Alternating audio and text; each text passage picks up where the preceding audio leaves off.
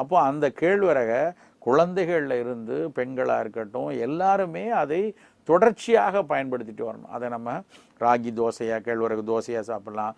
குழந்தைகளுக்கு சின்ன சின்ன மாவு உருண்டையாக கேழ்வரகு ராகி உருண்டைம்பாங்க, அந்த ராகியை கருப்பட்டியோடு சேர்ந்து உருட்டி ஒரு சிற்றுண்டி பண்டமாக கேழ்வரகு ராகி உருண்டை கொடுக்கலாம்.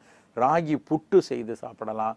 இன்றைக்கு வணிக நிறுவனங்கள் சில ராகியவே சேமியா மாதிரியெல்லாம் பண்ணி கொடுக்குறாங்க, அது மாதிரி எடுத்துக்கொள்ளலாம். ராகி தோசையாக உளுந்தோடு சேர்த்து தோசையாக வார்த்து நம்ம சாப்பிடலாம்.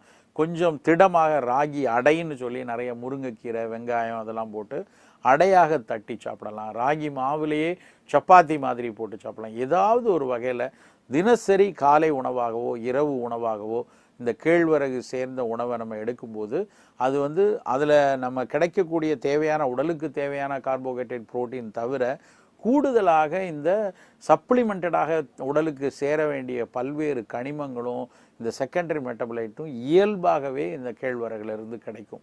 அப்புறம் இன்னொரு முக்கியமான விஷயம் என்ன அப்படின்னா, கேழ்வரகை நல்லா அடை மாதிரி தட்டி சாப்பிடும் பொழுது அதனுடைய உணவு ஒரு லோ கிளைசிமிக் உணவாக இருக்கும். சர்க்கரை நோயாளிகளுக்கு சர்க்கரை சத்து மேகமாக இரத்தத்தில் சேரக்கூடாது, மெதுவாக கொடுக்கணும். சர்க்கரை சத்தும் வேணும், ஆனால் அது இரத்தத்தில் மெதுவாக உட்கிரகிக்கப்பட்டால்தான் அவர்களுக்கு அந்த இரத்த குழாய்களில் டேமேஜஸ் ஏற்படாது, ஸ்மால் வெசல் டேமேஜ்னு சொல்லுவாங்க.